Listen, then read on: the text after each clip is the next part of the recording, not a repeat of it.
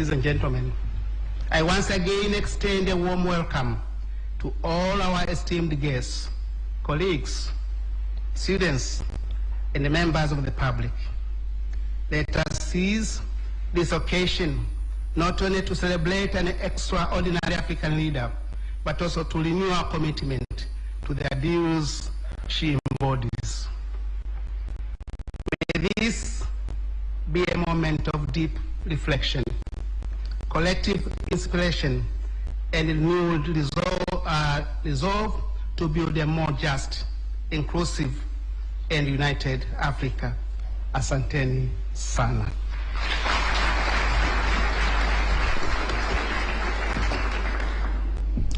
After my welcome remarks, kindly allow me to welcome our Minister for Education, Science and Technology, Professor Adolf Mkenda.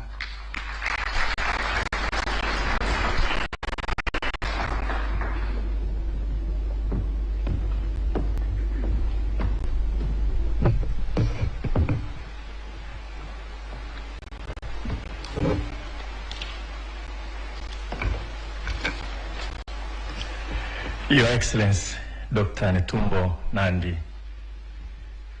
Ndaitwa of the Republic of Namibia, and Your Excellency, Lieutenant General Retired Epaphras Ndaitwa, First Gentleman, Karibuni Sana, the Vice Chancellor, His Excellency, Lebius Tangen Tobias, High Commissioner of the Republic of Namibia in Tanzania, members of Diplomatic Corps, Deputy Vice Chancellors, government officials, distinguished guests, ladies and gentlemen.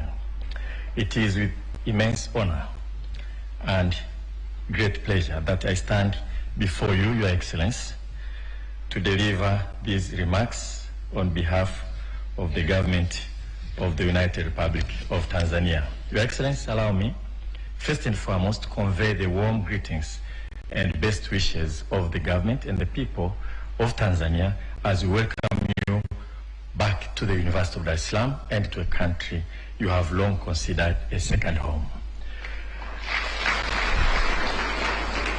On behalf of the government, I wish to wholeheartedly congratulate you on your historic election as the President of the Republic of Namibia and the first female President of that Republic.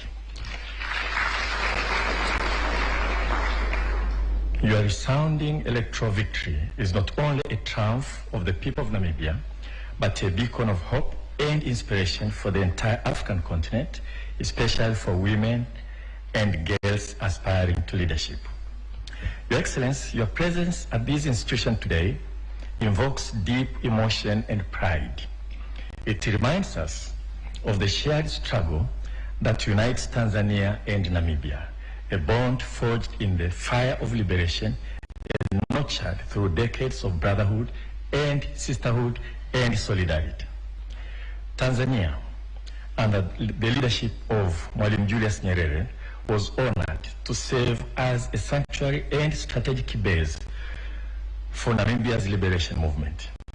It is in this spirit that your journey and leadership continue to resonate powerfully with the people of Tanzania.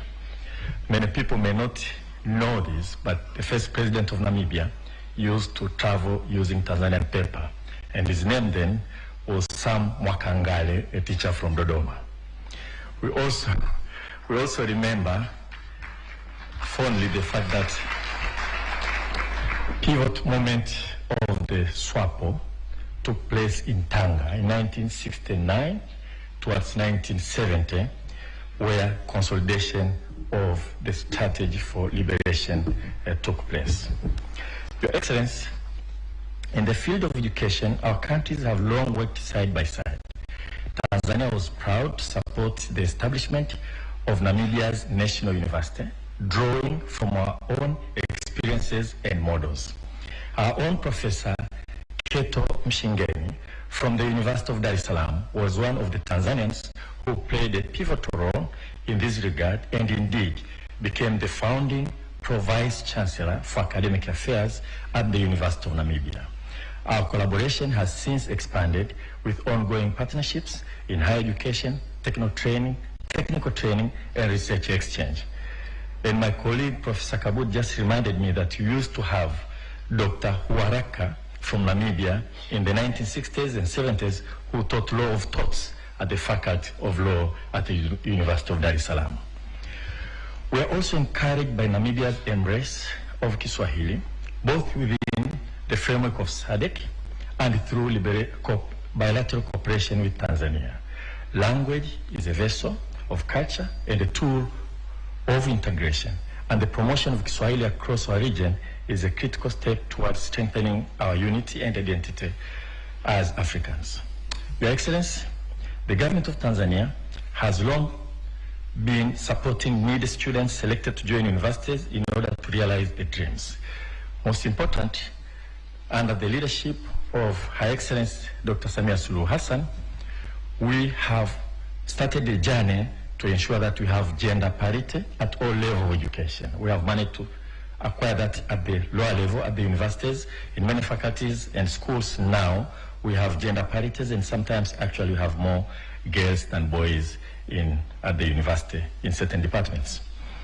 Also, we have managed to start to implement scholarship programs that not only afford students who perform well to be offered scholarship by the government, but also we look to ensure equity both in gender and in terms of those who come from disadvantaged areas.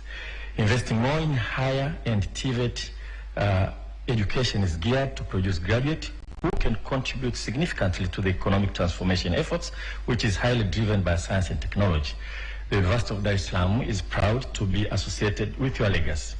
As one of the liberation leaders who spent formative years here in Tanzania, your personal and professional journey is deeply intertwined with these universities' own history. We view your accession to the highest office not only as a Namibian milestone, but as a proud chapter in the continuing story of Pan-Africanism and the gender equality. And here I may mention, Your Excellency, and I'll point out one professor, that as Vice Chancellor has said, this university was a school of thought with a lot of debate and champion for liberation. Professor Isa Shivji is one among them, and some of the students here used to go to the front line in the struggle for liberation in Southern Africa. Your Excellency, you joined the liberation struggle while you are still a teenager.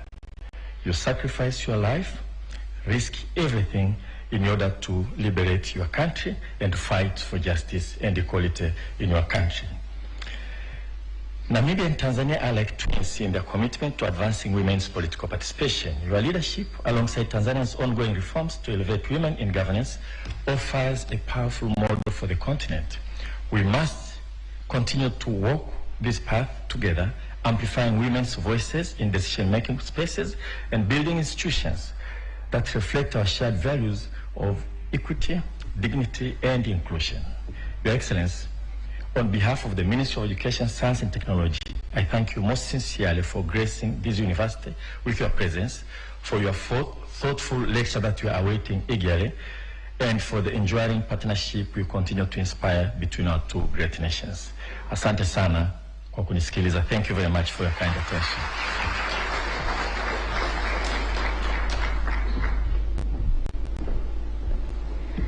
Thank you very much, Honorable Professor Adolf Mkenda, Minister for Education, Science and Technology, for the remarks from the government.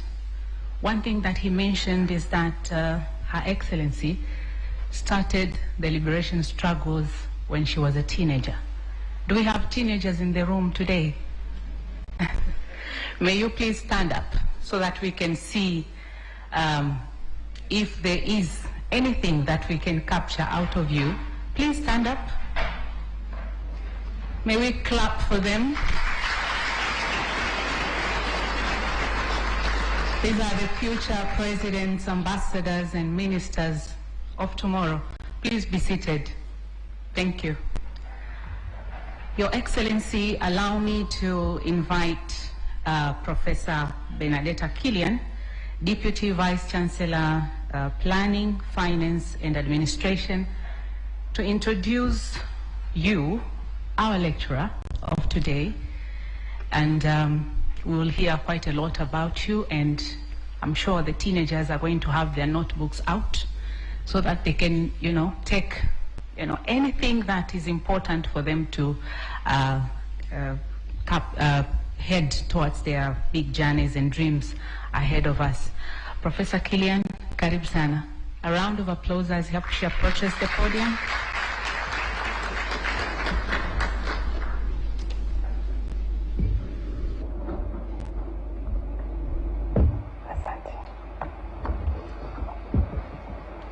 Your Excellency, Dr. Netumbo Nandi-Ndaitwah, President of the Republic of Namibia, His Excellency, our First Gentleman, Lieutenant General, retired, Epipras Denga Ndaitwah, Your Excellency, Dr. Jakaya Mrisho Kikwete, the Chancellor of the University of Dar es Salaam, our boss, and the former President of the United Republic of Tanzania, the Deputy Minister from the Republic of Namibia, our Minister of Foreign Affairs and East African Cooperation, all distinguished guests.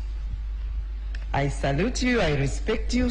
I can't mention all your names for the benefit of time, all protocols observed. Good afternoon.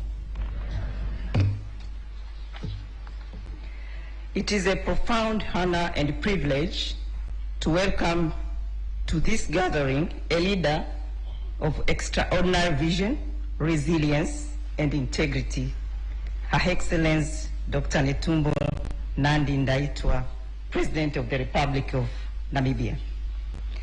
Your Excellency, welcome to the University of Dar es Salaam, an institution with a proud legacy of nurturing leaders, thinkers, and freedom fighters who have shaped African path. Ladies and gentlemen, Her Excellency made history on 21st March 2025 when she was sworn in as the Namibia's 5th president and the very first woman to hold this esteemed office. And by doing so, joining a group of only 28 women in the world who hold such position today.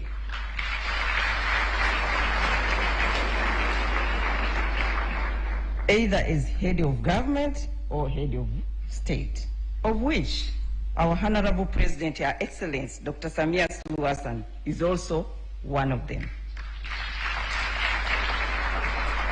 Dr. Netumbo's ascendance to the presidency is not just a personal triumph, but a defining milestone for Namibia and for the broader movement towards gender equality and leadership across Africa and beyond.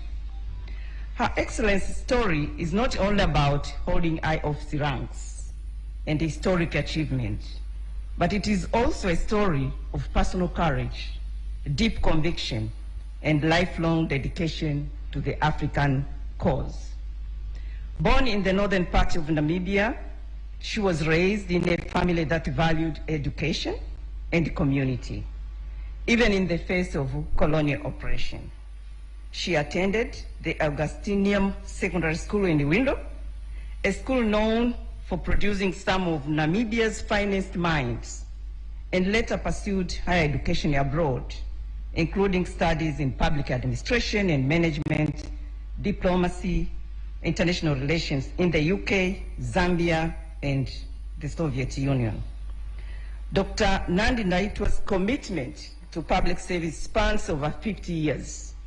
But what makes her story especially powerful is that her path was not just of academic pursuit, it was also one of sacrifice.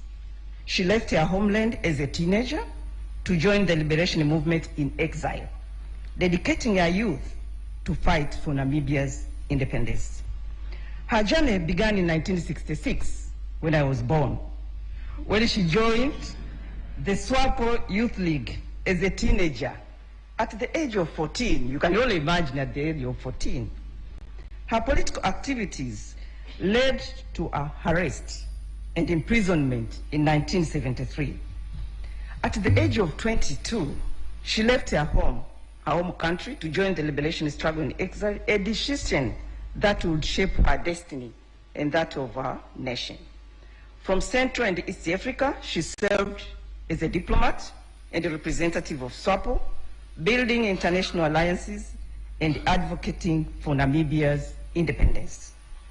Her time in Dar es Salaam is a powerful reminder of the shared history between Namibia and Tanzania, of the solidarity that bound our nations in the struggle for independence, and the Pan-African spirit that continues to unite us today.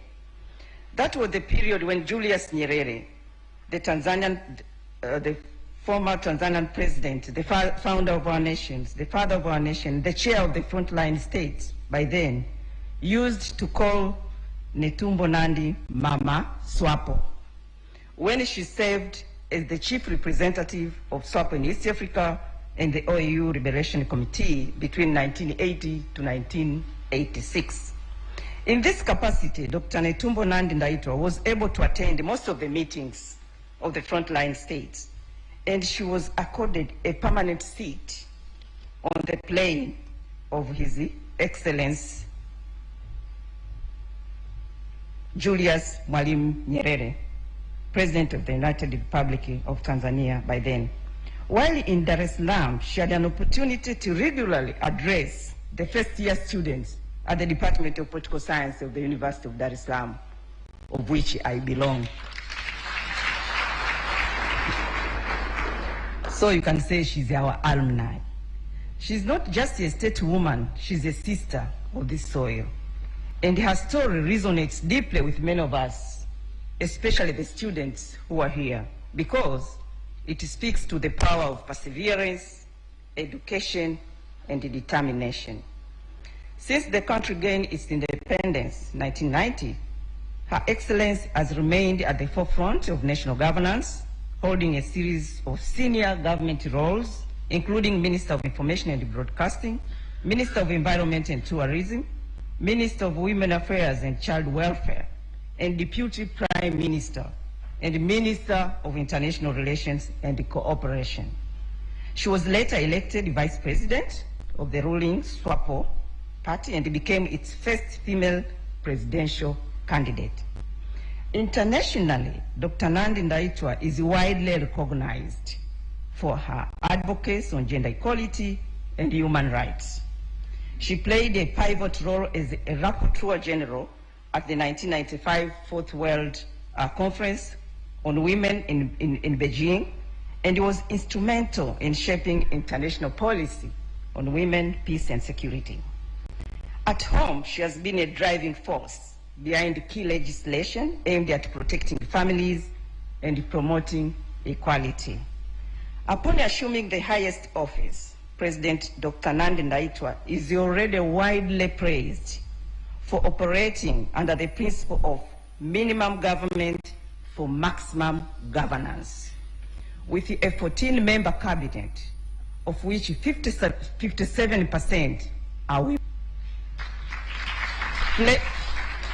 and thereby placing Namibia on top in Africa for having more female cabinet members, far above the continental average of 23%. Indeed, Namibia is the only country in Africa where both president and the vice president are women. The University of Dar es Salaam is very proud to have made a well-deserved decision of conferring to you the honorary doctorate back in 2020 in recognition of your remarkable and impactful leadership journey. Beyond the political sphere, Her Excellency is a woman of great personal strength. I did a lot of Googling to find out. Is a woman of great personal strength, humility, warmth, a loving wife, a proud mother of 3, and someone who understands the everyday challenges and hopes of ordinary citizens. Certainly, Dar es Salaam brings special memories for both of you, to Her Excellency and to the first gentleman, as it was here where the two got married.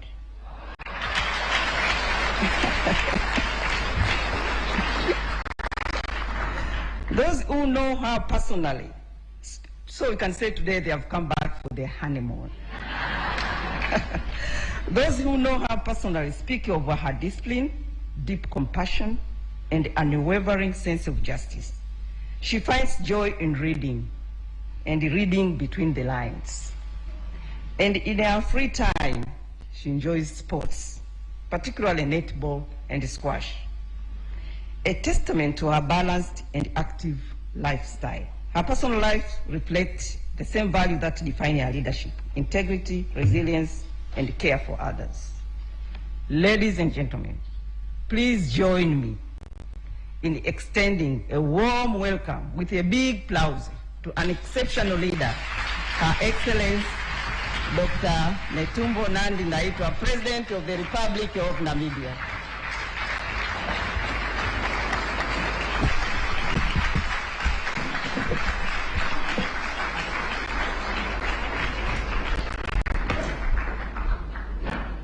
Asante sana, kaa tafadhali.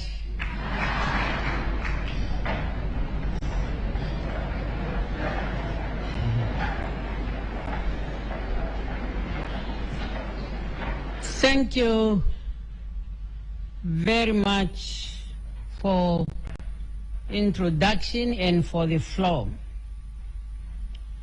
Your Excellency, Dr.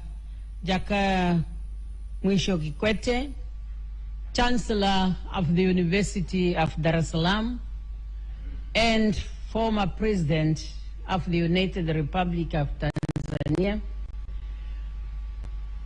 I sincerely request that I stand on the protocol established and to recognize all of you as already recognized by the Director of Ceremonies and all those who spoke before me. Thank you for your understanding. Director of Ceremonies, first, I know in the academic world, the proper recording is very critical because you can be challenged at any time.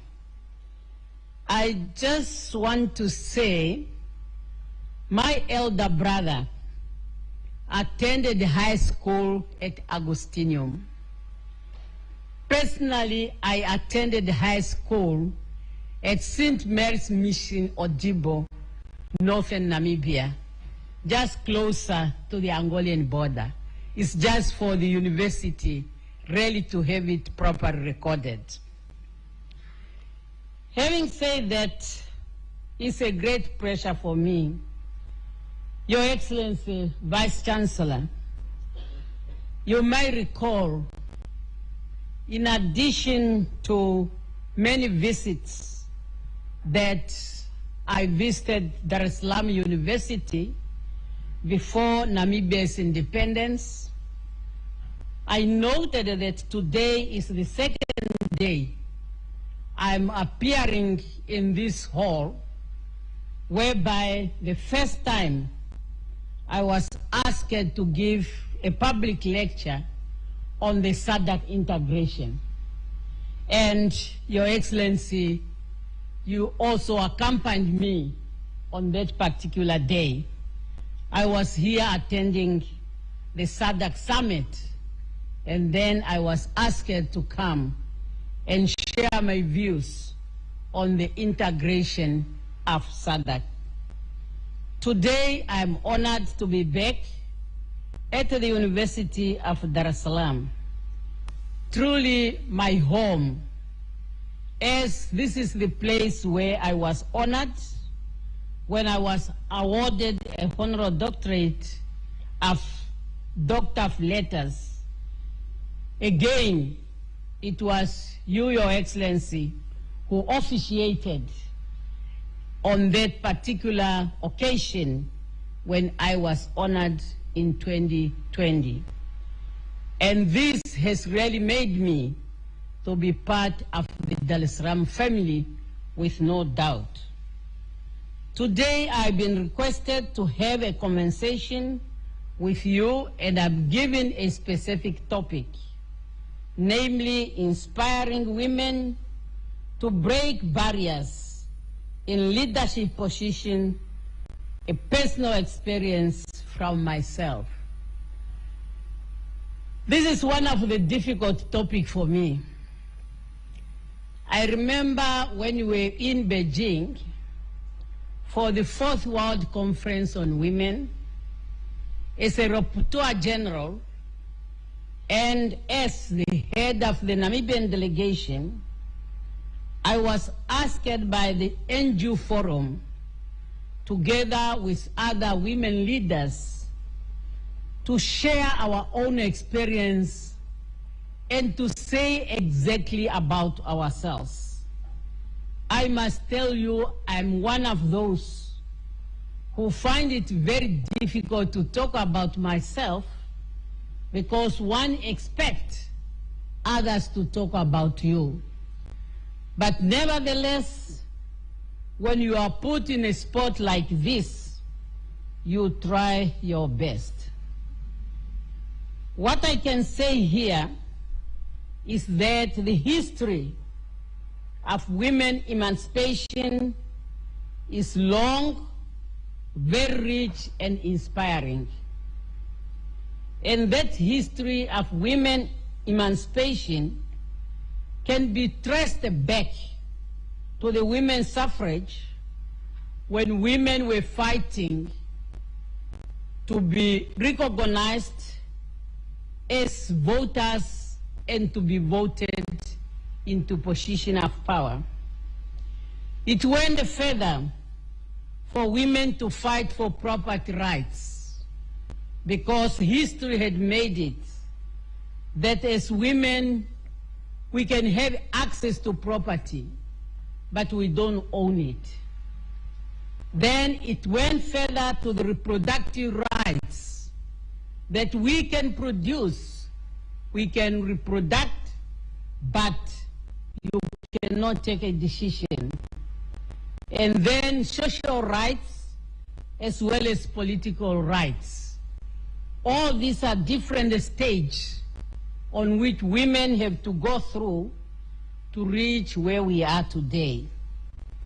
And it is against this background, if we recall that the 4th World Conference on Women in Beijing in 1995 was under the theme Equality, Development, and Peace, which simply means we need to be equal as citizens of the world in public life if we are to bring about development. And where there is development, there must be peace. I know the Tanzanian people will remember this very well because our own Gertrude Mongela was on top as the Secretary General of the 4th World Conference, where I served as the Rapporteur General. We were honored at this conference to be given such responsibilities, and our delegations have really made an impact by shaping the discussions. Personally, I recall when the African women have entrusted me to be the chief negotiator for the African group in the development of the Beijing Platform of Action. Ambassador Selma Aspala Mushavi present there, currently our Minister of International Relations and Trade, was then an officer at the UN at our mission, and she has been very fundamental technically with others, technical staff, to assist us. In the process of developing the plan of action, the Beijing plan of action, we realized that something was missing. And what was missing is the issue of a child. As we were arguing that you cannot talk about equality between men and women if you do not focus on a child. We then tried to introduce a critical area which is entitled a child. Namibia, we invited a SADC meeting first in Windhoek, where the issue was introduced, and then as Africa we gathered in Dakar, where we then confirmed that we should go to the UN and introduce a chapter which is focusing on the child. If we can make progress in ensuring that we will empower both men and women equally to participate in the development of our respective countries and the world. Finally, the chapter was accepted. However, to read together with other chapters, it was changed to read the girl child. But if you read through, that chapter is talking about a child. How do we bring about a child? Of course, I recall in the discussion, there was a proposal that should say member states should provide free education to a girl child. And this argument was based on the history where we are coming from, that women were seen as second citizens in their respective countries. Through the discussions, we found it not appropriate. I recall very well, Namibia was very strong against such a proposal. When we say if we do that, the girl child is going to be victimized. I remember joking between myself and Meme Mongela. She was there on the podium. I was sitting on the Namibian desk. When I made that intervention, she sent a note to me, say, I'm going to take a floor and tell the conference, don't listen to the minister from Namibia. There is a conflict of interest. She has only boys. So we start laughing across the floor. But we really felt it will not help us to focus just on the girls, on the way we felt it will assist them. But had we decided that way, it was not going to be helpful to them. Let me then say that for anyone to reach your destiny, definitely you need to be focused, you need to be disciplined, and I'm convinced, for me, and I can say for my sister, Her Excellency Dr. Samia Suluhu Hassan, President of the Republic of Tanzania, and those who reached our level, that has been our guiding principle. I know with President Hassan, we even shared as we served as ministers of environment and tourism of our respective country at the same time. We were not so close, but as Tanzania and Namibia are close, we have been always consulting. And little we knew that one day we will be in the position where we are today. So therefore, it has to be very clear that focus and discipline is the key. Not all of us are going to be presidents, but definitely we all have our destiny. And your destiny, you have to shape it from the way to go.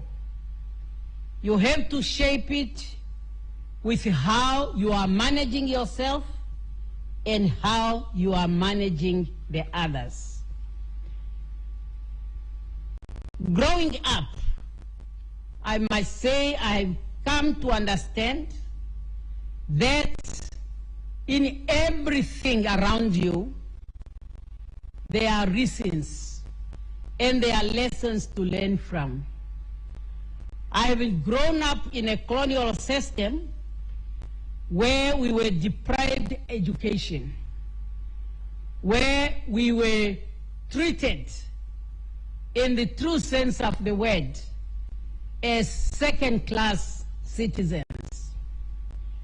Of course, the deprivation of education is very fundamental for mental colonialism. And that is why I fully agree with the theme of the University of Dar es Salaam, and I'm so happy to be associated with it. Hekima ni uhuru, that means wisdom is freedom. And wisdom is freedom, and education is power, and information is power. As the Minister of Information and Broadcasting of Namibia, Namibians will recall that my password was information is power. Every time I make a statement, at the end I will say information is power. And I called on the Namibian media to inform the public factually, because information is power. If you inform wrongly, then you are empowering your people in a wrong way. And this is something I have learned in my 6 years here in Dar es Salaam as the SWAPO chief representative. What did I learn from the colonial operation? I have learned to be focused, and I have learned to understand the situation around you and how best you can handle that situation. Namibia, like Tanzania, is one country that has suffered, particularly under the German colonial regime, where between 1904 and 1908, we suffered the genocide in the 20th century. That has impact on us up to now. In Namibia, we believe that the current level of our population, which is among the lowest in the world, has been affected by this genocide, where 2/3 of the population of the Namas and the Hereros were exterminated. And listening to this history, you are shaped to make sure that you have to fight for your country until independence is achieved. Again, we suffered under the apartheid law, which was a segregation law based on one skin of color, where you are considered that as a black person, you are literal nothing. During that time, you had shops for blacks and for whites.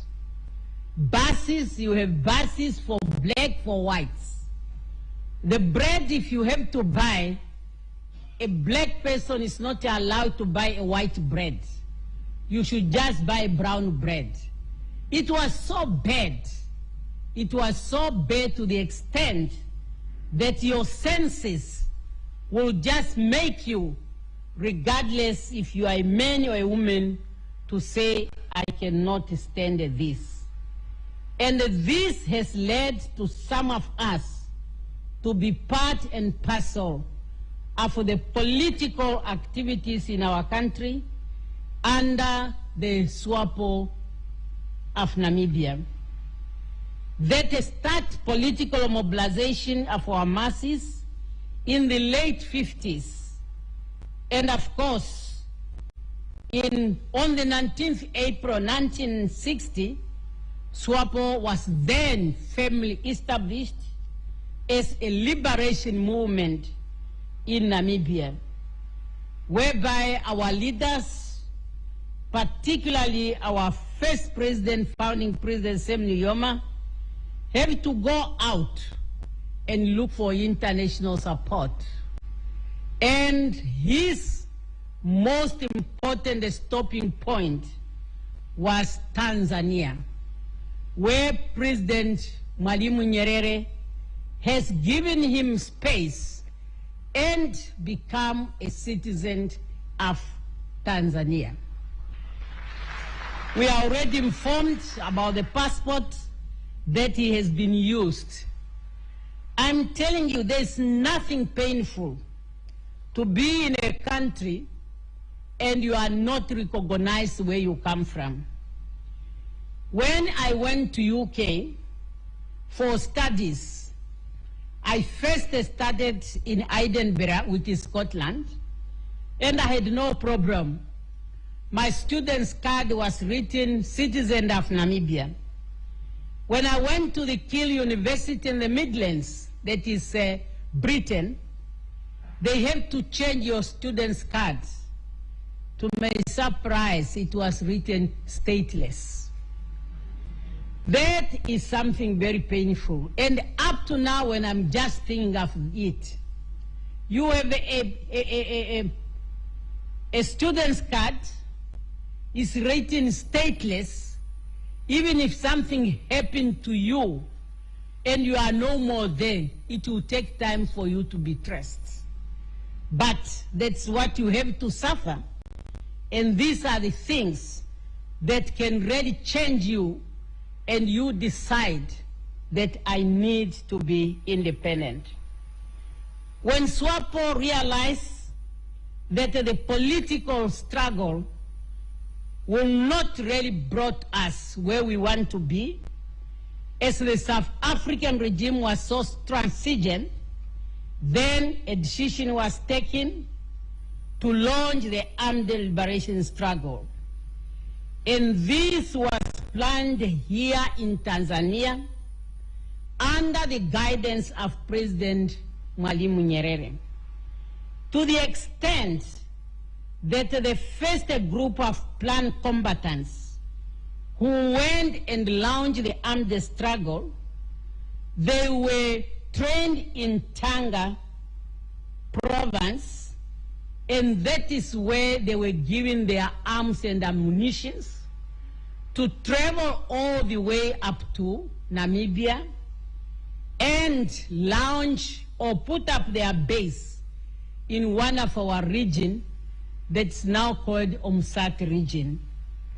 Hence, on the 26th August 1966, the armed liberation struggle was launched in our country. Thank you to President Mwalimu Nyerere, the government and the people of the United Republic of Tanzania, who have helped these combatants who were trained in Congo. Of course, even my husband is one of those who were trained in Congo, as you can see him here. Congo was the main training center for liberation movements. And that's why many of us will be associated with that. Therefore, my personal story or my journey, which I have traveled, has come a long way. I must say, my parents told me that as a young person, I was very quiet. And most of the time, I would find my way to be active, but only to assist and associate with the youngest and the less privileged members in our village.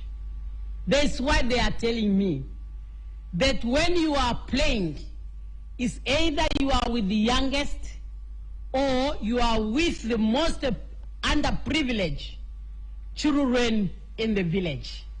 So I believe that environment has maybe also shaped me where I find myself today. And I'm here to share my experience, to motivate the girl child, and of course, the boy's child.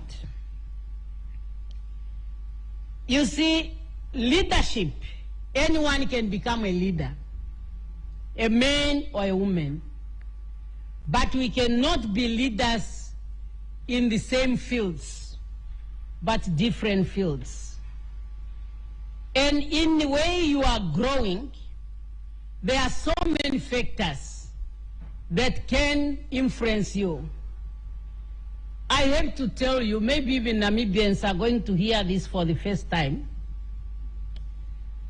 I need to say that the closer as I've been growing in my political career, the closer I am to the party top leadership is the furthest I have been.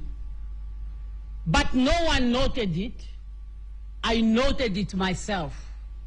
But I say I don't need to make it an issue. I'm here for the Namibian people. I'm here for myself to see to it what we have set for ourselves to liberate our country, and in an independent Namibia to develop our country for prosperity for all has to be achieved. But my strength has been that the middle leadership and the general party members, we have worked so closely, and they have empowered me and become my compass as a young person coming from a rural Namibia, and as a one who is committed to the cause of independence and to the cause of the Namibia we want. I started my political journey, as mentioned, as a teenager, and this has really been a blessing for me in the sense that I can claim to have seen it all. That even led to me to be arrested. And this became when the SWAPO met at the Tanga Consultative Conference, 1969-1970, the movement has decided to intensify political mobilization, where it was agreed that we must have different wings in our party, namely the Elders Council, who should mobilize people of their age, the Women Council, to focus on the women, and the SWAPO Youth League. As young people, we got this message while inside the country, and we mobilized ourselves. And in the 70s, the SWAPO Youth League became very active in Namibia, working together with the workers. And one of the outcomes was the general workers' strike, which paralyzed almost the mining and the farming sector in our country. It was during that time that my colleagues, the youth, elected me to be the chairperson of the SWAPO Youth League in Ovamboland, northern Namibia. This is the area where you have the majority of the population, and in today's Namibia is divided in 4 regions. But before that, we were only having it as one, and that's where I served as the chairperson of the SWAPO Youth League. I carried that responsibility with commitment, loyalty, and integrity that has then landed me to be arrested. While in court, it was very interesting because the lawyer, the party has then to look for a lawyer who came to represent us, was trying to argue that according to the South African law, a person under age cannot appear in court. And they were trying to argue that I should not appear in that court. But the magistrate refused. He said there are different situations where the laws can be applied. So I was then sentenced, and having served the 6 months, after that I was sentenced 3 years suspension. And that is after my release, I decided to leave the country. And it was an opportunity time because that was the time when there was a coup in Portugal, Caetano coup. And the situation in Angola, this changed completely. So it was possible for us to travel through Angola to Zambia. I then immediately, together with my 4 colleagues, they were all boys, and I was the leader, being the chairperson of the SWAPO Youth League. They accepted that leadership because they are the one who elected me. And that's why when we entered Angola, we decided that anyone who's having a penny, give it to the leader to manage it throughout our way. And there was no discussion, they all complied. In the process, we even had a problem that the money got finished, and one of our colleagues had the radio. We agreed to sell it so that we can all benefit from that. But what came out is always to be managed by the group leader. We arrived in Zambia, and that is where, when we arrived, the SWAPO leadership has decided that I should be one of the delegates to the General Assembly in 1974. We were 5 from home who were made part of the delegation, and I saw some of the pictures, Prof, at the Liberation Center where I was, when I was with our Secretary of External Relations, Comrade Peter Moshange. May his life rest in eternal peace. So we then went to New York to present the fresh information from Namibia.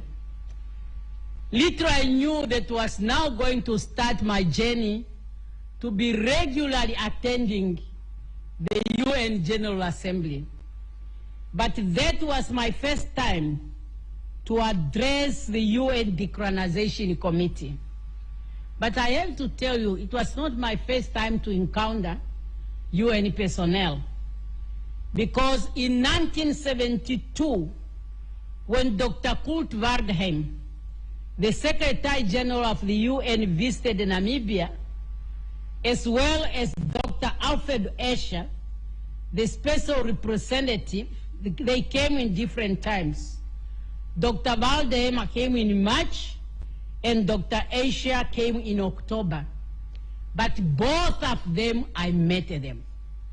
Specifically with Dr. Escher, we had to force him to address a rally in Oshakati.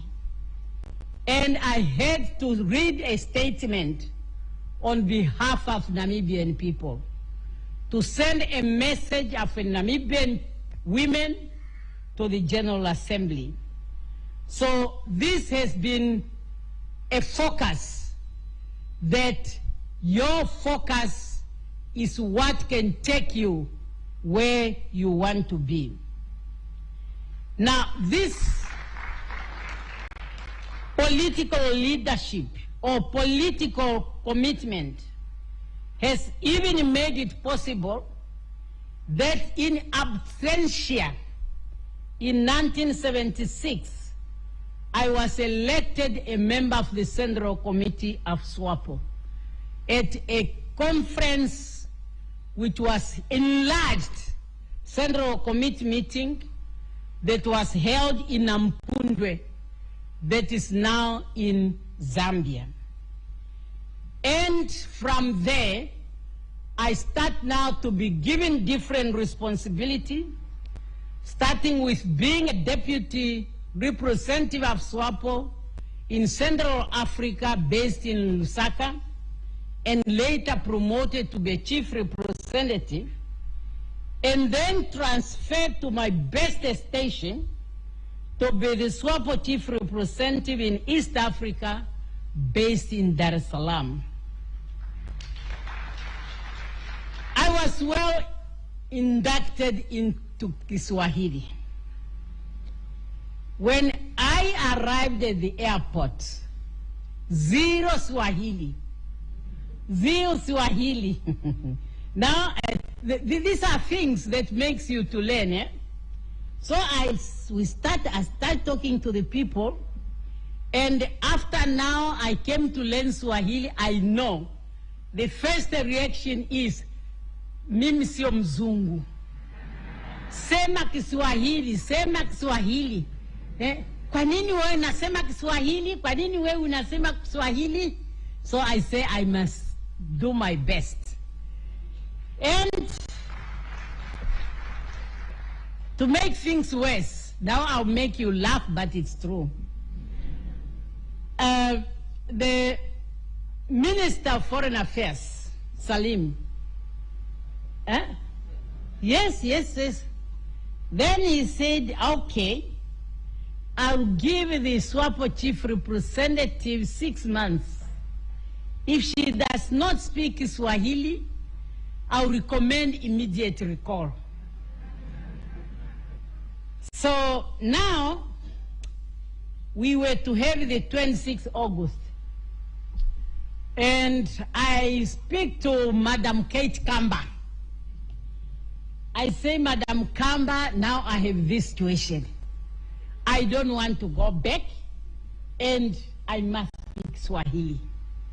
So I say, fine, let us do it. I will tell you, you write your statement in English, I'll translate it in Swahili, I'll read it to you, and you write it Swahili or Shwambo. So now, it was Swahili, it was written in Oshwambo, I read it, it was perfect Swahili, so I protected my stay in Dar es Salaam, and that's why I stayed for 6 months. So when you are committed and you know what you want to do, you can do it, whether you are a man or you are a woman. So as young girls, we should not allow anything on the side to take us out of balance. We should not allow that. And there will always be temptation for you to get out of balance. It will never come to an end until maybe they say goodbye to you on this earth. I have experienced it even during the campaigns, both internal and the national campaigns. They can say all the stories, but remain focused and never listen as long as you know where you are going to. It's you who know yourself and nobody else. Like now in the world of technology, this social media, there is a lot of character assassination that you must be careful of. There were stories of Netumbo and whatever. And not only people who are far from you, even people who are closer to you. My own nephew has to send me a message now after I formed the cabinet. He said, you performed beyond my expectation. So these are realities. So just remain focused. There are so many challenges, but they must be addressed by us. In Namibia, we have to deal with discriminative laws against the women. When I was appointed as a Deputy Minister of Foreign Affairs, my husband there was unemployed. He was not employed at the time. And in Namibia, you have medical aid. I applied for medical aid for my family. And I got a letter from the Minister of Finance telling me that you can only register your children, your child, in your medical aid and not your husband because you are not a breadwinner.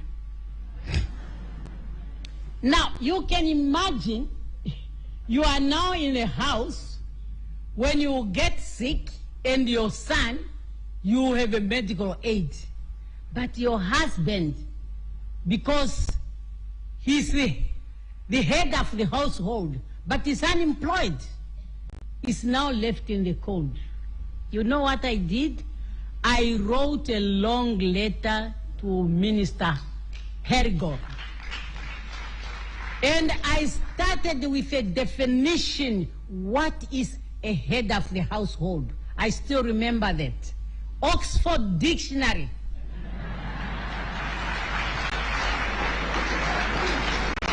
I say, according to Oxford Dictionary, a head of a household is a person who's working, earning a salary in order to sustain the family. I still remember that. You can go and check. It's exactly what you find there. So I say, I'm now working, I'm earning a salary, and I'm sustaining my family. I'm the head of the household. And I cannot accept that you leave out my husband on my medical aid. Otherwise, the same way we mobilize to liberate this country, I will mobilize the women to liberate ourselves.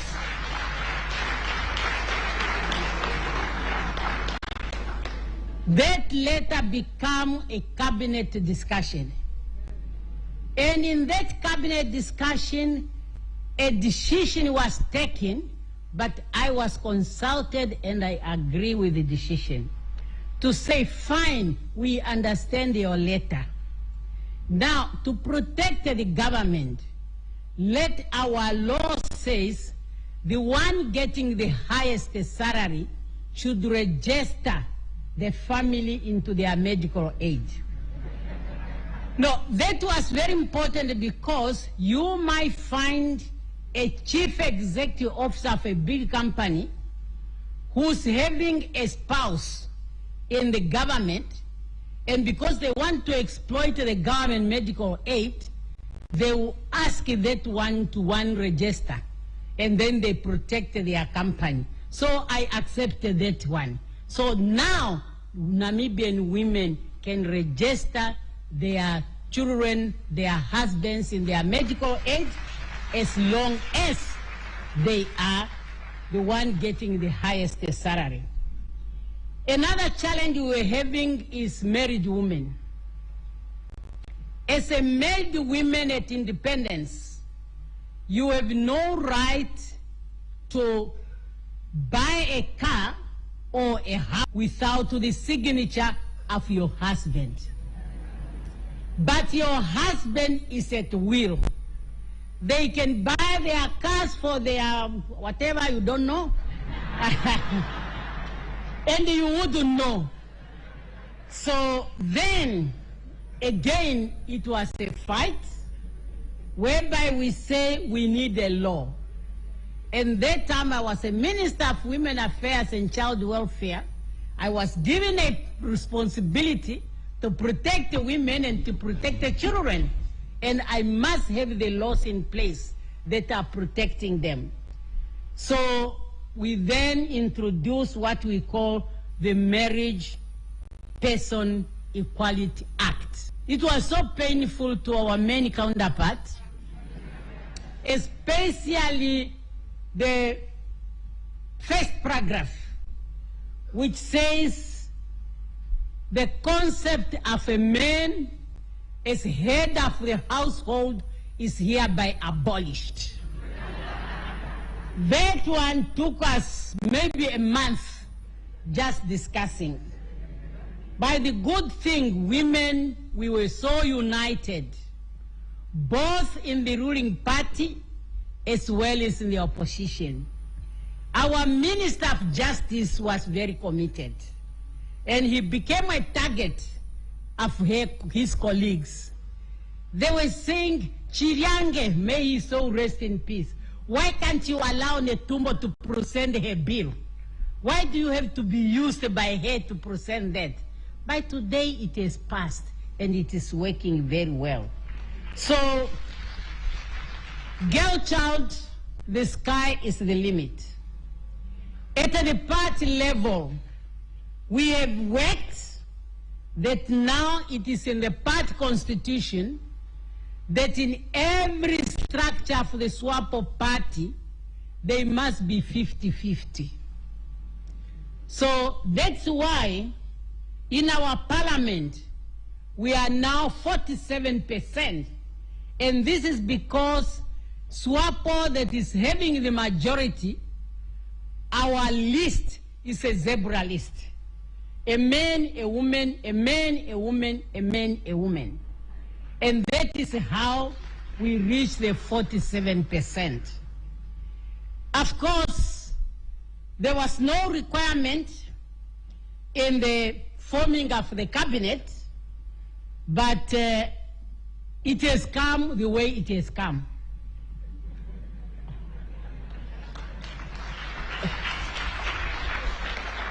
And when I was forming the cabinet, there were only two things that were guiding me. First, the last elections as a ruling party, we reduced our majority. We are still the majority, but we reduced our majority. And I didn't want it to have a weak parliament, particularly when it comes to committee stages. Because if you are in the executive, you cannot participate in the committees. So I then decided to reduce the cabinet from 18 ministers to 14. And then, lucky enough, our constitution gives the president to nominate 8 people, non-voting members, to cabinet. And I said, I will have less people to come from parliament so that I leave a good number in parliament, and then they can complement with those I'm going to nominate.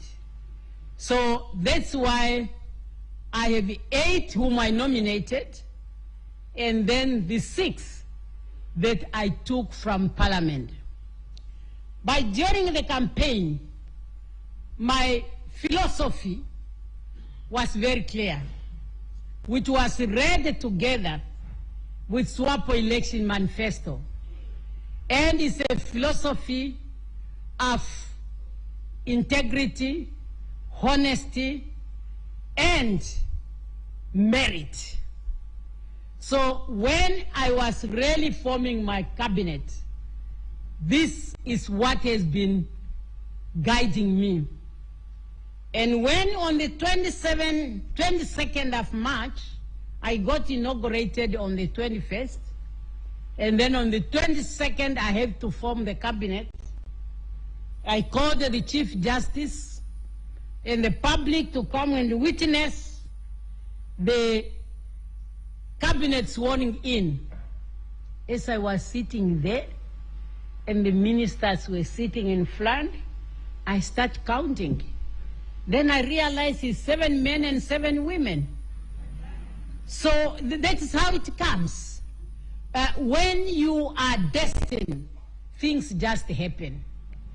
Because that is really what it is. And I'm so happy with my team. So therefore, as young girls, we have to be on our own. I'm here now joining other women who came before me. I have already talked about President Hassan, and we all know about Helen Johnson Sirleaf of Liberia, who is also one of my mentors. Something we have in common, we share a birthday, so that we always call each other whenever it's 29 October, in case you want to send us cards. And then Madam Joyce Banda of Malawi. So, of course, we also had the President of Ethiopia, and we want the number to increase. However, and I underline this and I mention it even on my inauguration, I'm not here elected because I'm a woman. I'm elected because I have proven to the people of Namibia that I'm ready to be at their service.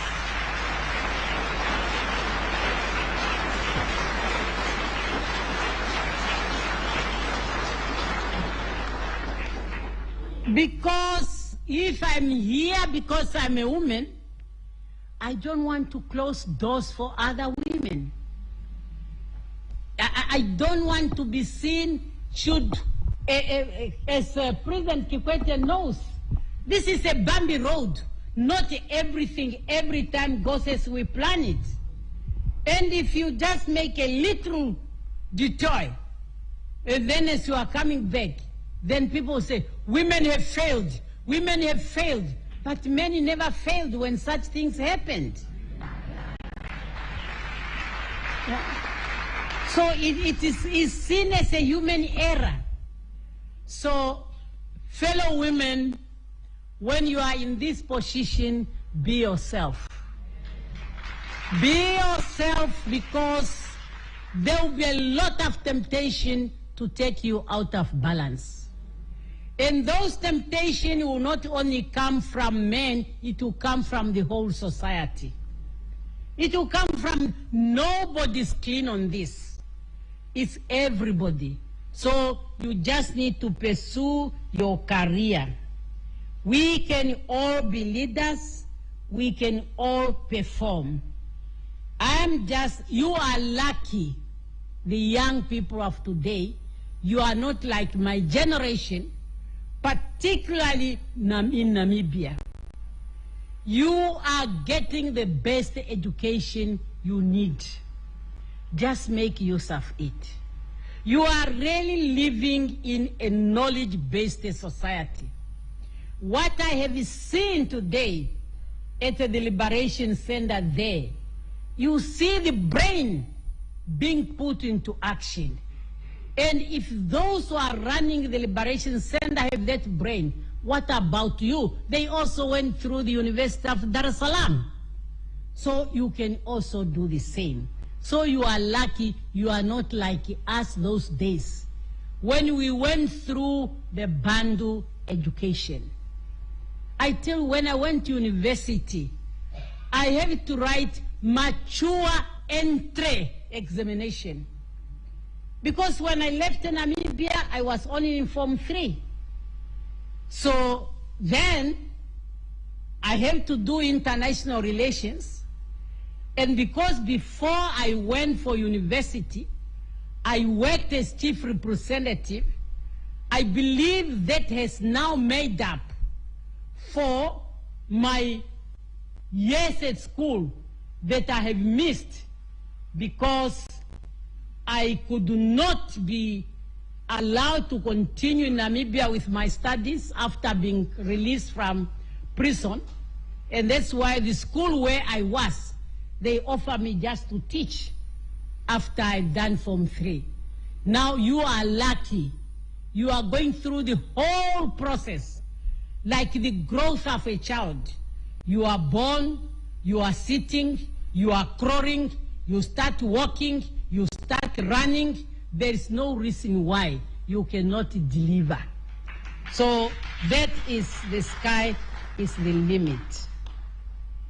Women have the same capacity and knowledge to build our countries, our continent, and the world. Just let us give it the best. Finally, we are realizing the laws we are making on the boy child. The boy's child is lagging behind. In Namibia, we are starting to feel it. And maybe it's a blessing in disguise that in Namibia now we don't have first ladies who focus on girls' empowerment. Now we have a first gentleman. And this is a challenge. Has to focus on the boy child. They are remaining behind. When I was in Angola, he remained because that weekend, I'm told we had a conference with 300 young boys under the theme, From Boyhood to Manhood. So we will see in the process how it's going to work so that we can bring the boy child to the par with the girl child. We invested already on the girl child, and they are doing very well in Namibia. If you go to the University of Namibia, the majority of the graduates are women. But the ratio, population-wise, is not big. It's just 51% women and 49% men. So you cannot have such a big gap when they are graduating at university. So you want to have a narrow, but really our boys, they are in trouble nowadays. So once again, Your Excellency, the President, I'm always happy to be in Dar es Salaam. And I have really to thank my sister, President Hassan, for the warm welcome and hospitality that she, on behalf of the government and the people of Tanzania, has accorded to me and to give me this opportunity to speak to you. We are very grateful. Tanzania has been with us in happiness and in sorrow. When we lost our third president, President Hassan came.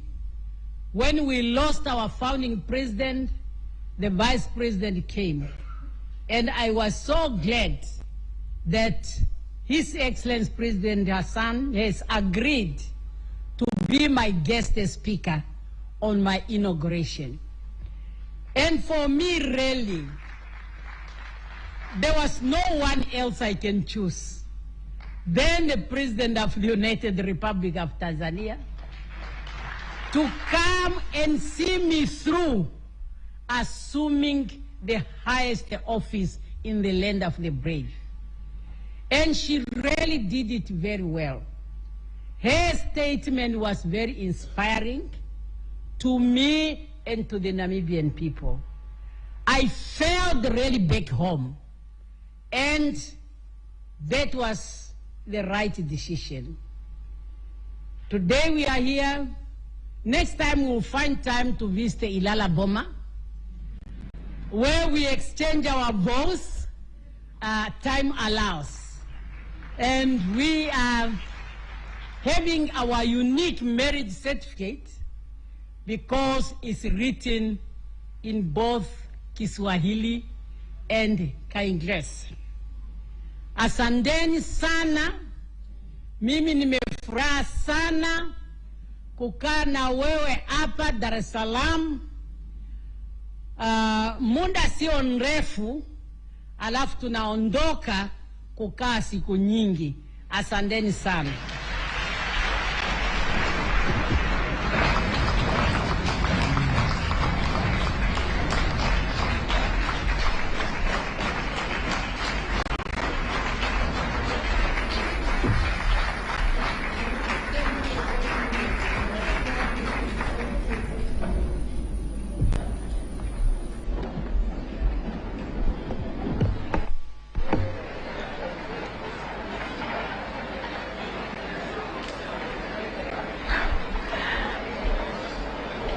Another round, big of applause.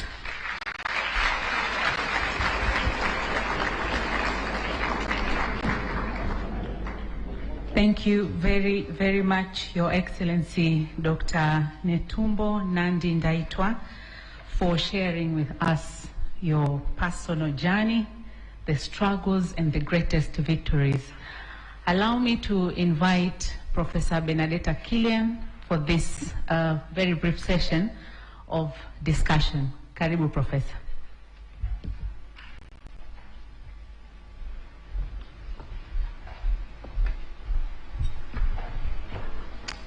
Your Excellency, wow, what a powerful speech. Let's put our hands together.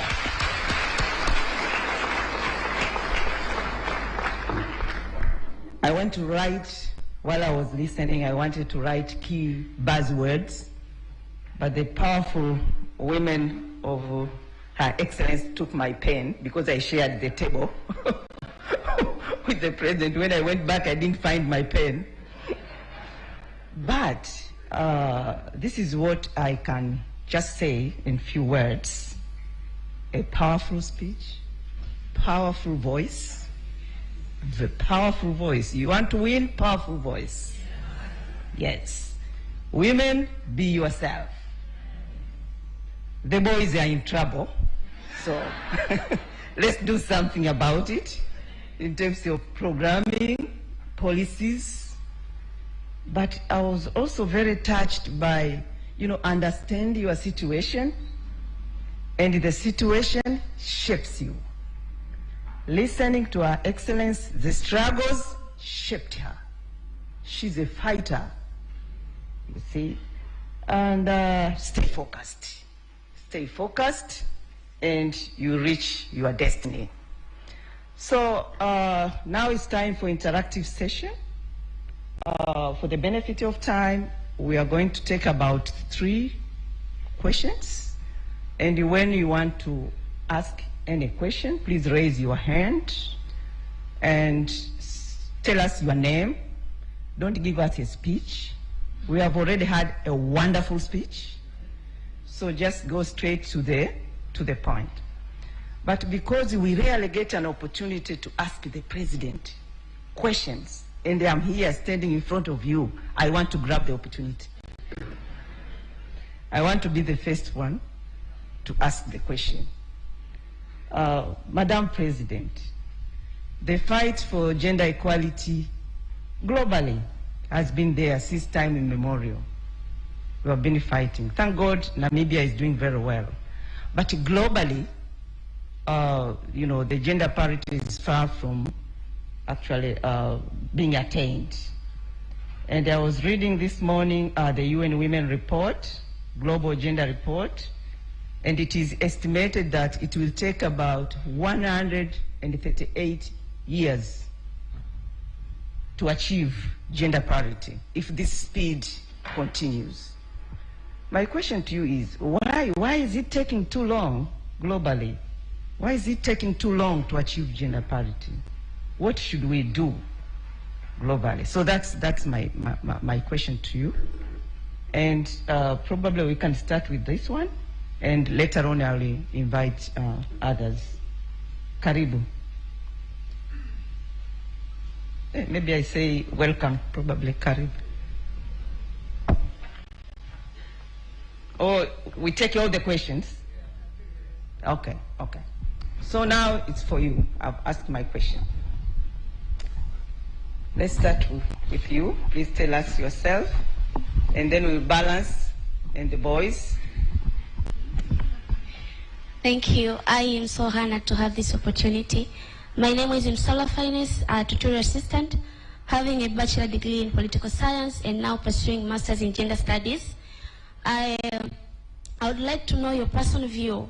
You are a wonderful woman who has been there yourself, having an experience of fighting through all the battles to become where you are now. So we have been having affirmative actions to promote women into positions. But my view is we may be focusing on increasing the critical mass, but forgetting the actual representation of women. So because most of these women have been taking, like they have been just given the position to be there and not actually fighting for it. So maybe we should have a law that is given 50-50 for political parties to follow, to provide candidates to fight for their position directly instead of giving them a position and feel like they have been giving the trophy instead of fighting for it. I would like to know the view. Okay, thank you very much. Yes, please. Thank you very much. Your Excellency, what a brilliant and refreshing speech. Thank you so much. My name is Walter Bugoya. I have some association with the Namibian struggle, but that's another story, and we have been told not to make speeches, but I'm very much aware of some of the histories you have mentioned. Mine is not really a question. It's actually to congratulate you enormously for some of the steps you've taken recently. I'm particularly impressed by the fact that you've told some people who think that they can chase us from wherever we are and then come and be worshipped or something. I liked very much the fact that you said, if you don't allow Namibians in your country without visas, then we are not allowed to come to our country without visas. This is absolutely brilliant. And thank you so much for taking that position. Now, would you please kindly take that position and convince the heads of state in the region, SADC and above, to take the same position? Because it will not only strengthen your own position, Namibia's position, but it will send a clear message that Africa is speaking with one voice, and reciprocity is the game in diplomacy. If they are not prepared to concede to us the same benefits, the same rights, they should not expect the same rights from us. So please, this is a message from many people that you should take that mission, take that task, to other members of the SADC club, and I see His Excellency, former president, is yes, I know, but you're not tired. So please, we ask you to send that message to the leaders of the region. Thank you. Thank you very much. Thank you. Okay, I've been here. Now let me go further up there. I'm trying to balance. Stay balanced. Trying to balance. Yes, please. Tell us who you are. And be brief. Hello, my name is Gerson. I'll be very brief. Where are you from? I'm a master student at the University of Dar es Salaam. Okay. So I was reading about you, Madam President, and about the history of Namibia. And I found the survey by Afrobarometer that showed 80% of Namibians support women in leadership. And I tried to look further, what are the challenges that can reduce women participation in leadership? Some are economic, some are, legal and policy challenges, which when I was listening to you, you have started to, make amendment or changes so that women can participate. But what is your plan to change the deep entrenched norms, patriarchal norms in the society? We may change laws and maybe after you, but what about the deep entrenched norms, gendered norms that Thank you very challenges much. women? I think you have made yourself very clear. And the young boys. Yes, please, over there.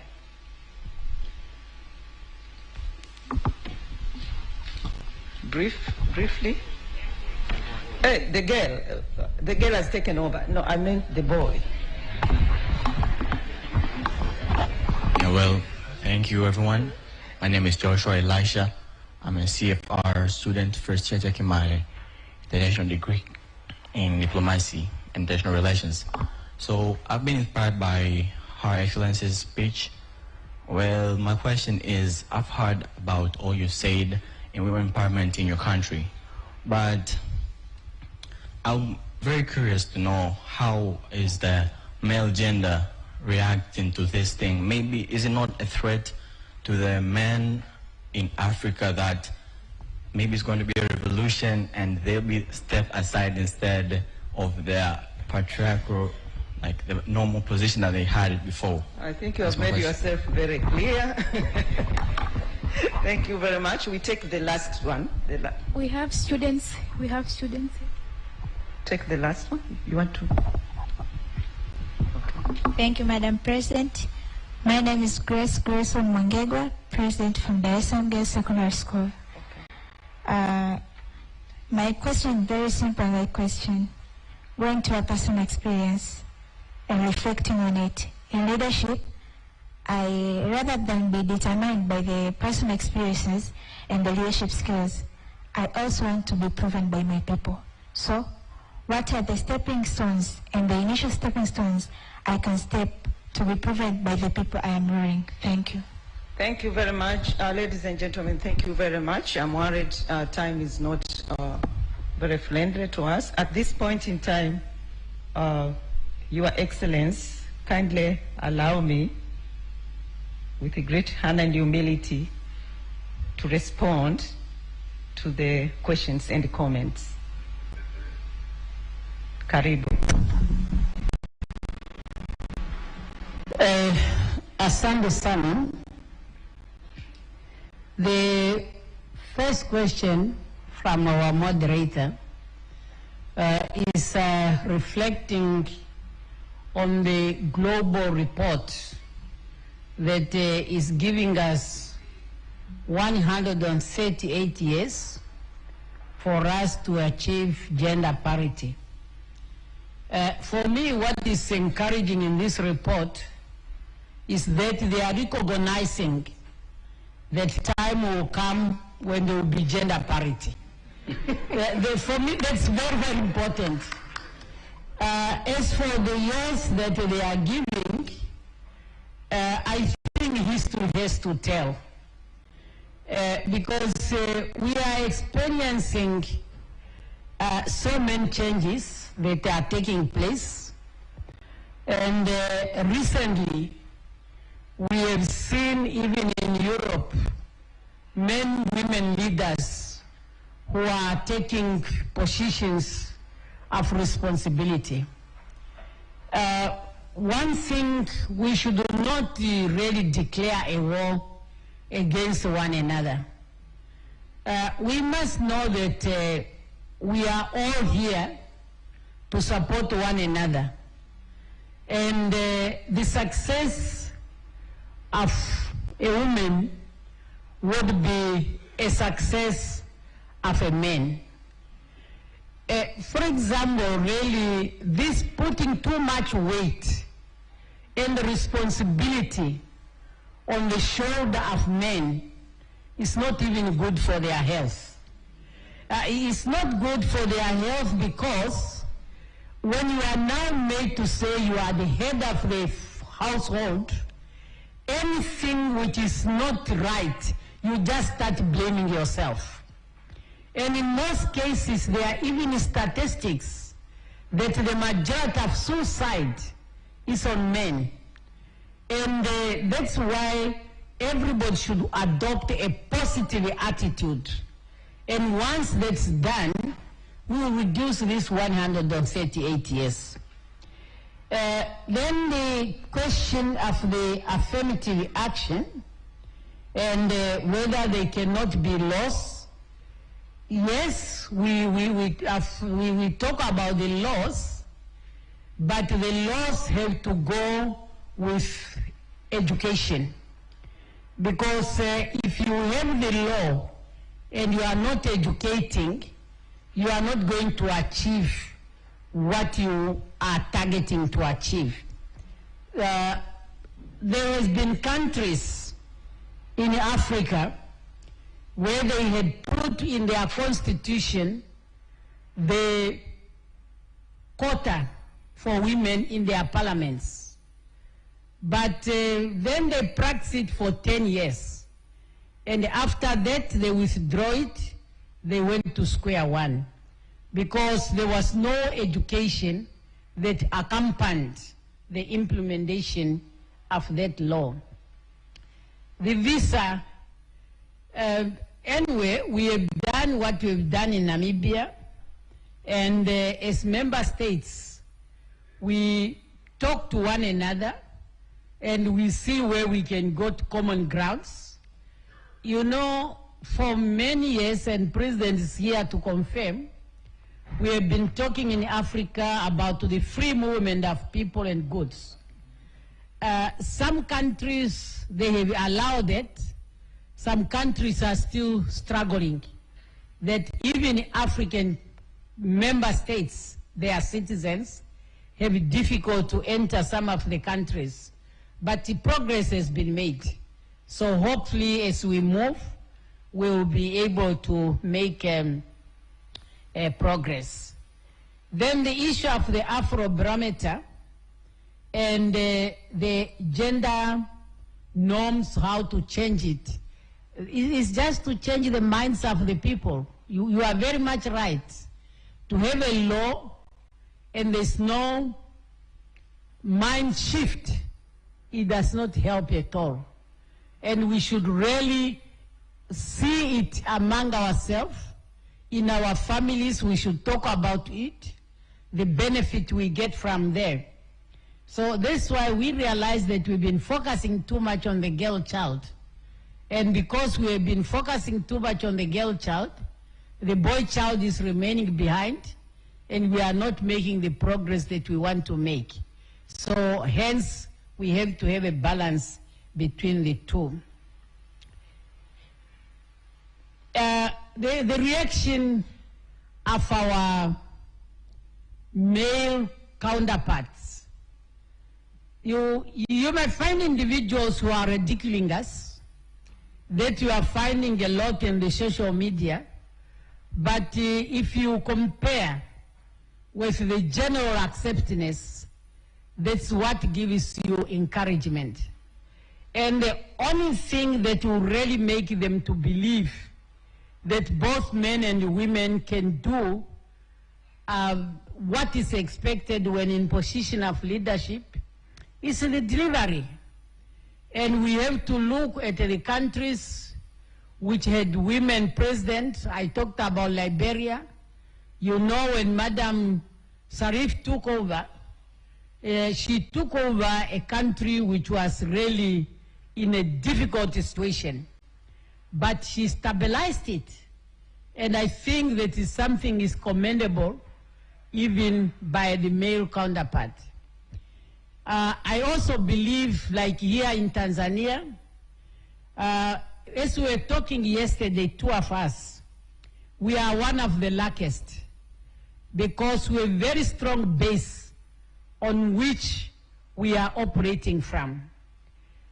From our founding president to our predecessors, a lot of work has been done in our countries, Tanzania and in Namibia. And really, the President Hassan, has not moved from that, what has been happening. In fact, she has only built on it, and you are seeing the result. And I'm sure the result are seen by both men and females. So that is really the only way we can build confidence among our men counterparts to appreciate what we can do. And what are the stepping stones that you can work on to reach your target? I I have said earlier, first know exactly what is your inner child is telling you. Don't imitate others for the sake of imitation. You have to be inspired. Because if you are imitating, you become artificial. And then in the process, you can miss your road where you want to go. The community in which you are growing and the house, we know that as Africans, we have our cultures, we have our traditions. And that is what should shape us. It's unfortunately that the children of today, you have so many parents, some in your own countries, some in the continent, but the most influential outside the continent through those gadgets, the cell phones. Please try to balance and try to see where you are. That is the stepping stone that you can build on, and then your dream will be realized. Thank you very much.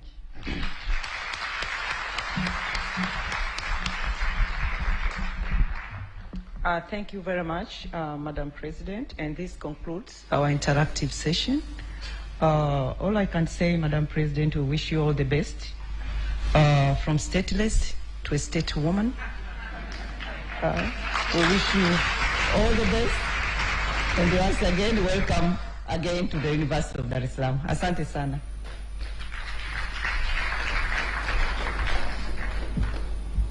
Thank you very much, Your Excellency, for responding to the comments and the questions from the crowd. Allow me now to invite to the podium His Excellency Dr. Jakaya Mrisho Kikwete, the former President of the United Republic of Tanzania and the Chancellor of the University of Dar es Salaam. A round of applause.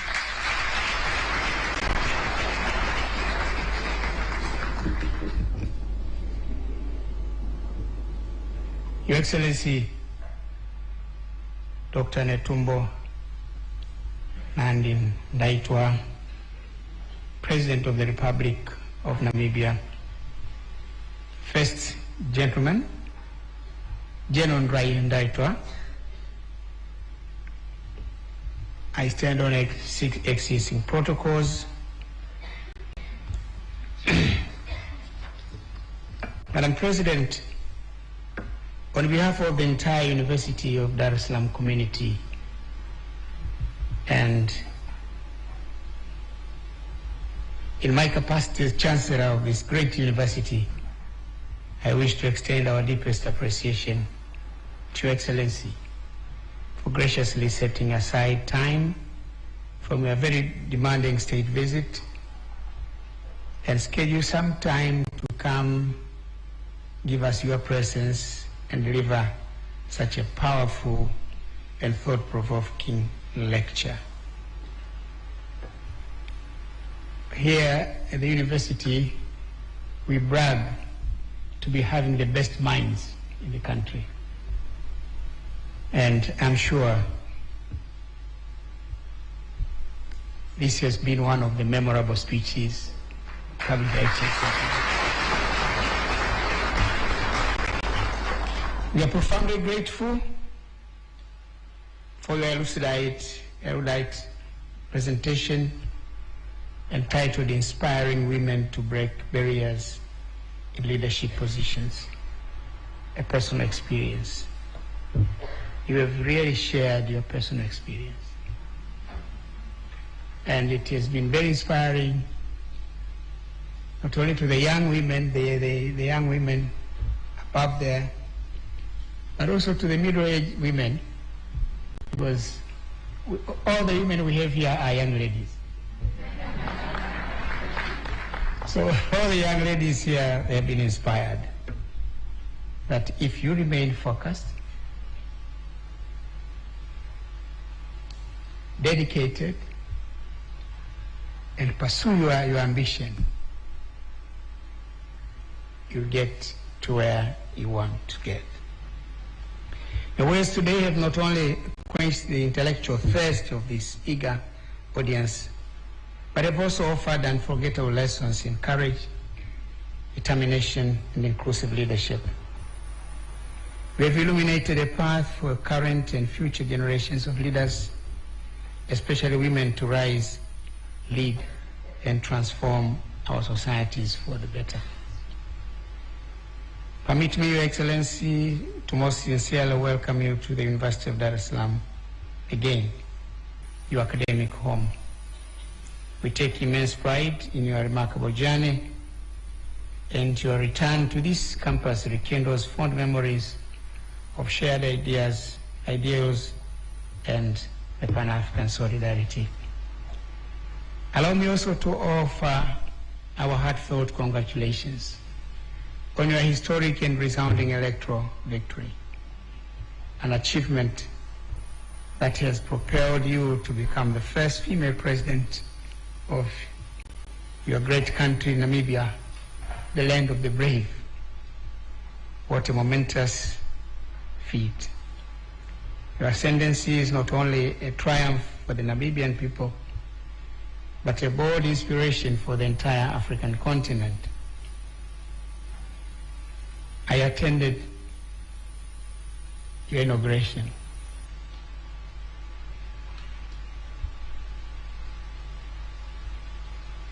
Well, I felt so good, having known you for many years. During your time here as Mama Swapo, and when we were in government together, it was really a moment of great joy for me as well. The University of Dar es Salaam remains especially proud to count you among its distinguished alumni, having conferred upon you the honorary doctorate in 2020, which I take pride of having the chancellor at that time, in recognition of your exemplary contribution to public service, to diplomacy, and to the liberation struggle. And your speech today has proved us right.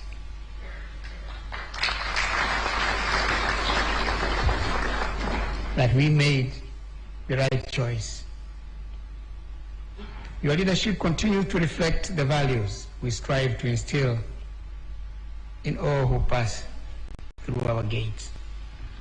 Tanzania and Namibia share a long-standing history of solidarity rooted in the struggles for independence, social justice, and shared African destiny. Your presence here today strengthens these bonds and reaffirms our common commitment to the advancement of our people. I was really delighted when you mentioned the boy child. My wife is an ardent advocate of the girl child. Wanawake na maendeleo. But I've been teasing her. Say, but whose mother is the boy child? When mothers talk about the girl child, everybody, sure, I'm also, Ambassador Maja is also part of that conspiracy. No, not conspiracy. It's the wrong word to but it's part of that movement. I'm really raising these concerns because now it is becoming evident that we are seeing more girls in school and less boys. The question has been, where have the boys gone? That's a question all of us have to address. I'm glad you are taking it up at the level of a president.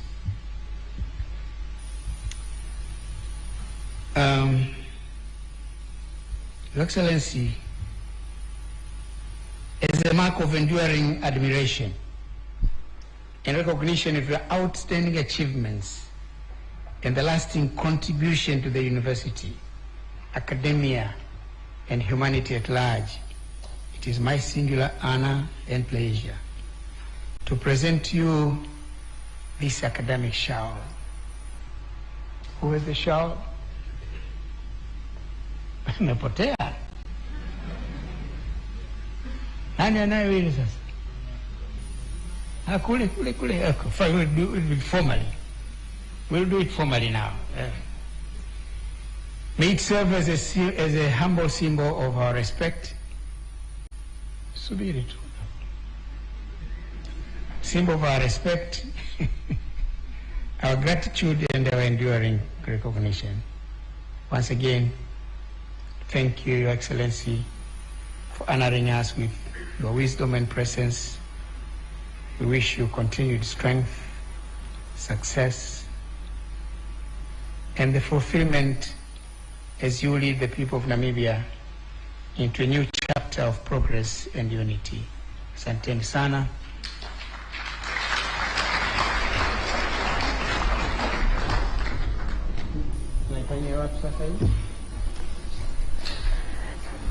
Chancellor will be joined by the Chancellor will be joined by the Chairperson of the University Council, Ambassador Mwanaidi Majar, to present this special veil shawl to Her Excellency Dr. Netumbo Nandi Ndaitwah. This is an historic moment.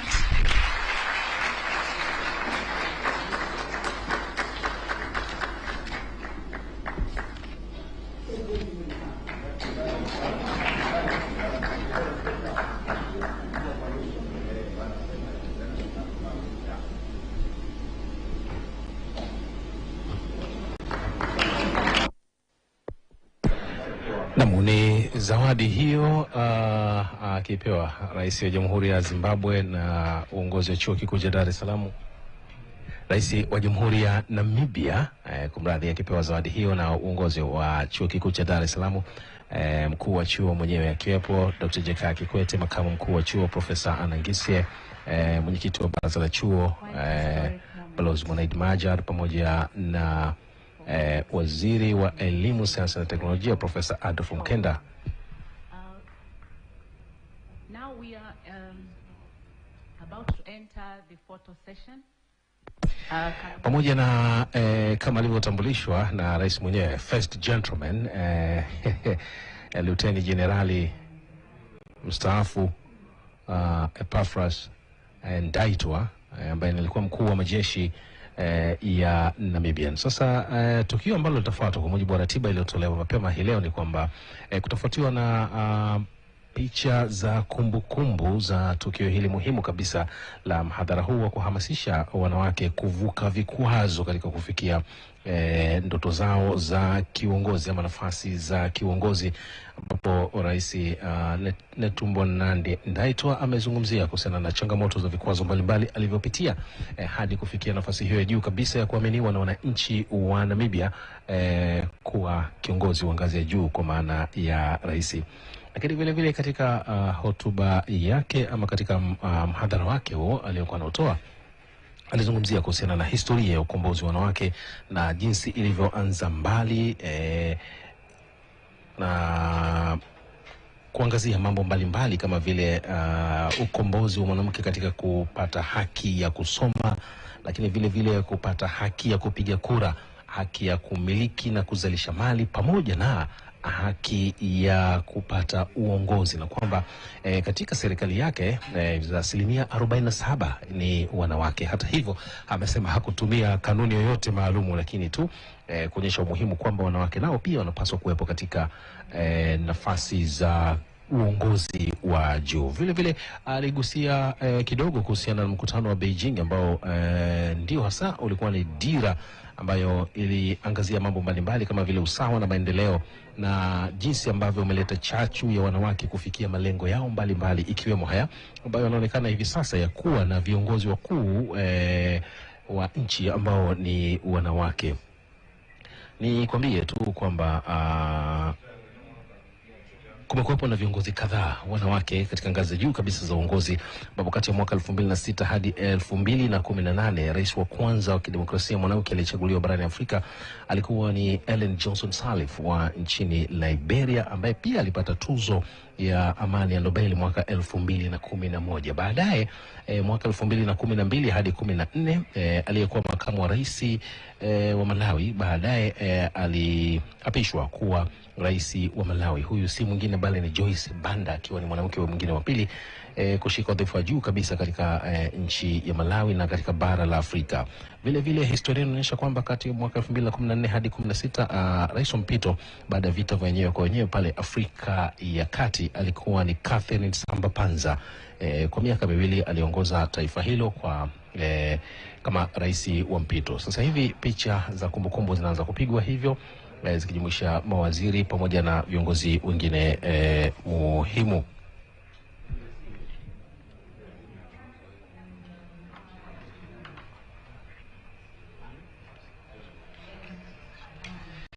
Na mtazamaji, nilikuwa nikikufahamisha kuhusiana na historia ilivyotoka mbali ya mapambano na harakati za ukombozi wa mwanamke ambazo Rais Netumbo Nandi-Ndaitwah wa Jamhuri ya Namibia alikuwa akizungumzia katika mhadhara wake aliotoa hapa Chuo Kikuu cha Dar es Salaam. Na kwa kukumbusha vile vile kwamba Mauritius mwaka 2015 hadi 18 mwanasayansi wa mazingira aliwahi kuhudumu kama rais wa heshima, alikuwa anaitwa Ahmed Gurib Fakim pale Mauritius, na mwaka 2021 hadi sasa rais wa Jamhuri ya Muungano wa Tanzania ni Samia Suluhu Hassan.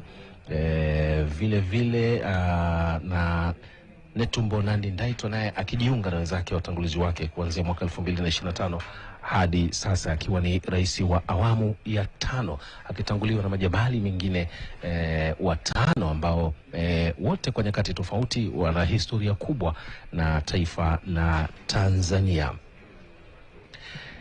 Mtazamaji, wakati picha hizo za kumbukumbu zikiendelea kupigwa na kati ya rais wa Jamhuri ya Namibia Netumbo Nandi-Ndaitwah pamoja na wafanyakazi mbalimbali viongozi wa juu wa Chuo Kikuu cha Dar es Salaam, nikukumbusha tu kwamba hii si mara ya kwanza kwa yeye kufika Chuo Kikuu cha Dar es Salaam, kwani mwaka 2020 wakati Chuo Kikuu cha Dar es Salaam kikiadhimisha miaka 50 tangu kuasisiwa kwake, Rais Netumbo Nandi-Ndaitwah akiwa ni naibu waziri mkuu na waziri alitunukiwa udaktari wa heshima kama ishara ya kutambua mchango wake katika ustawi wa wananchi wa Namibia, Afrika na dunia kwa ujumla, hasa katika ushiriki wake kama mpigania uhuru. Na lizungumzwa pale mapema kwamba ni mwenyeji wa eneo la Magomeni jijini Dar es Salaam, lakini pia akigusia kidogo kuhusiana na cheti chake cha ndoa ambacho nasema walifunga ndoa hapa Dar es Salaam pamoja na mumewe Ndaitwah, Lieutenant General Mstaafu, na kwamba cheti hicho walikifuata katika eneo la Ilala Boma, na alitamani sana kufika Ilala Boma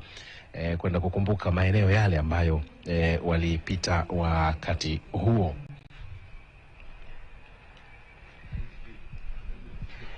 Katika kuendeleza harakati za kupigania uhuru wa nchi yake ya Namibia, Netumbo Nandi-Ndaitwah alipata kukaa nchini Tanzania kati ya mwaka 1980 hadi 1986 Magomeni Mwembe Chai pale Dar es Salaam, akihudumu akiwa ni mwakilishi mkuu wa chama cha SWAPO ambacho ndicho chama kinachoongoza nchini Namibia. Na yeye anasema alikuwa kwa mujibu wa taarifa zilizotolewa pale mapema na Profesa Benedetta Killian, alikuwa akifahamika kama Mama SWAPO.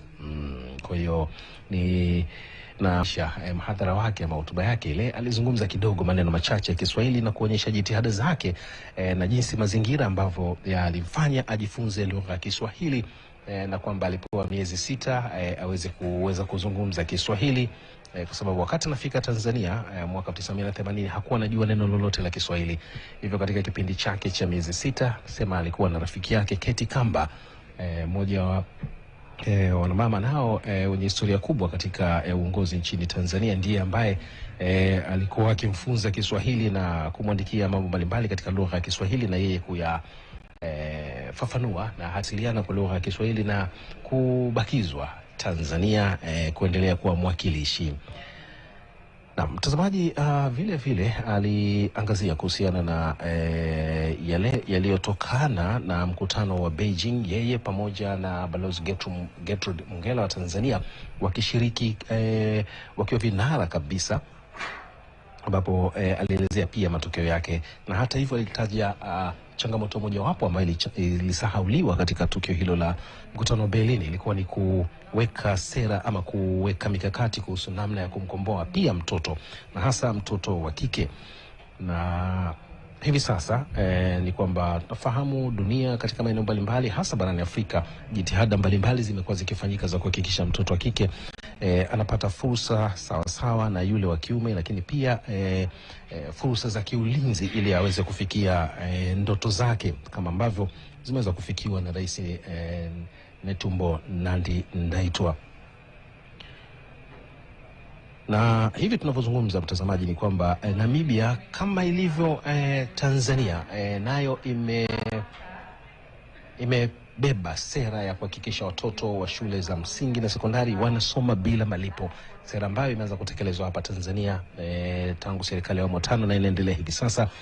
Na hii ni kuhakikisha kwamba watoto wanapata fursa kwa wingi wao waweze kusoma, na pia wapa changamoto vijana waliopo hapa ambao nao wamefika pia kwamba wana fursa kubwa sana ya kufikia ndoto zao, kwa kuwa taasisi za elimu hivi sasa ni nyingi na fursa za kusoma pia ni nyingi, na serikali zimeweka mazingira bora kwao kuliko ilivyokuwa enzi wao wakisoma wakati ule kukiwa kuna madhila mbalimbali ya ukoloni ambayo aliyazungumzia kwamba yalimfunza kuzingatia mazingira yanayomzunguka mwanadamu. Hivyo ilikuwa ni lazima wao kwa wakati ule kupambana na madhila hayo na kuyaondoa kwa namna yoyote ile, ikiwa hata ni kushika silaha, ili binadamu waheshimiwe kwa utu wao na sio rangi zao.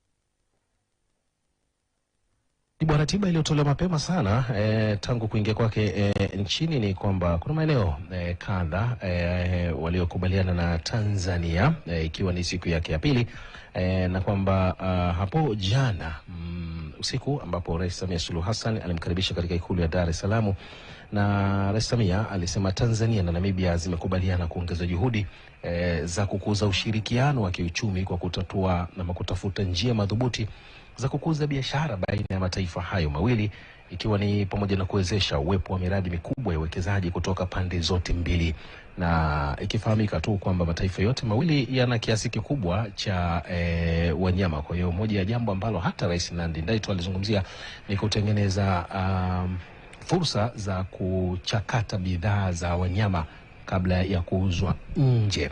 Na hivi sasa katika kuhakikisha kwamba anatoa hamasa kwa vijana wa kike kuweza kutimiza ndoto zao na kuvuka vikwazo vyote, napiga picha na wanafunzi wa baadhi ya sekondari zilizopo hapa jijini Dar es Salaam ambazo wamealikwa hapa ukiona rangi ile ya machungwa, tutajua ni shule ya sekondari ya Jangwani. Nikukumbusha pia hapo jana wakizungumza na vyombo vya habari Rais Samia pamoja na mgeni wake Netumbo Nandi-Ndaitwah walisisitiza umuhimu wa sekta binafsi katika kuchochea ajira kwa vijana na kupunguza umasikini. Vijana hao ambao unaona hivi sasa nao wakiwa wamepewa fursa kupiga picha ya kumbukumbu hiyo muhimu kabisa.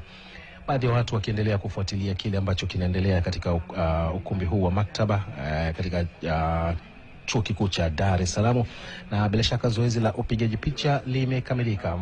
Mkuu wa chuo Dr. Kikwete pamoja na mgeni wake Rais wa Jamhuri ya Namibia Netumbo Nandi-Ndaitwah sasa wanasimama bila shaka kukamilisha ratiba ambayo ilipangwa katika tukio hili muhimu.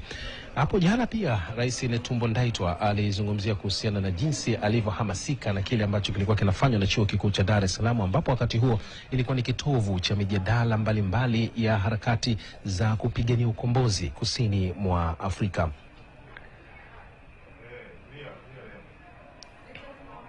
Pia jana mapema hiyo Rais Samia alikaribisha sekta binafsi za Namibia kuwekeza hapa Tanzania kwa kushirikiana na sekta zingine zilizopo Tanzania. Tunavyozungumza hivi sasa viongozi hao wanatoka katika ukumbi, na sisi tukwambie tu kwamba kutoka Chuo Kikuu cha Dar es Salaam katika ukumbi wa maktaba hatuna la ziada.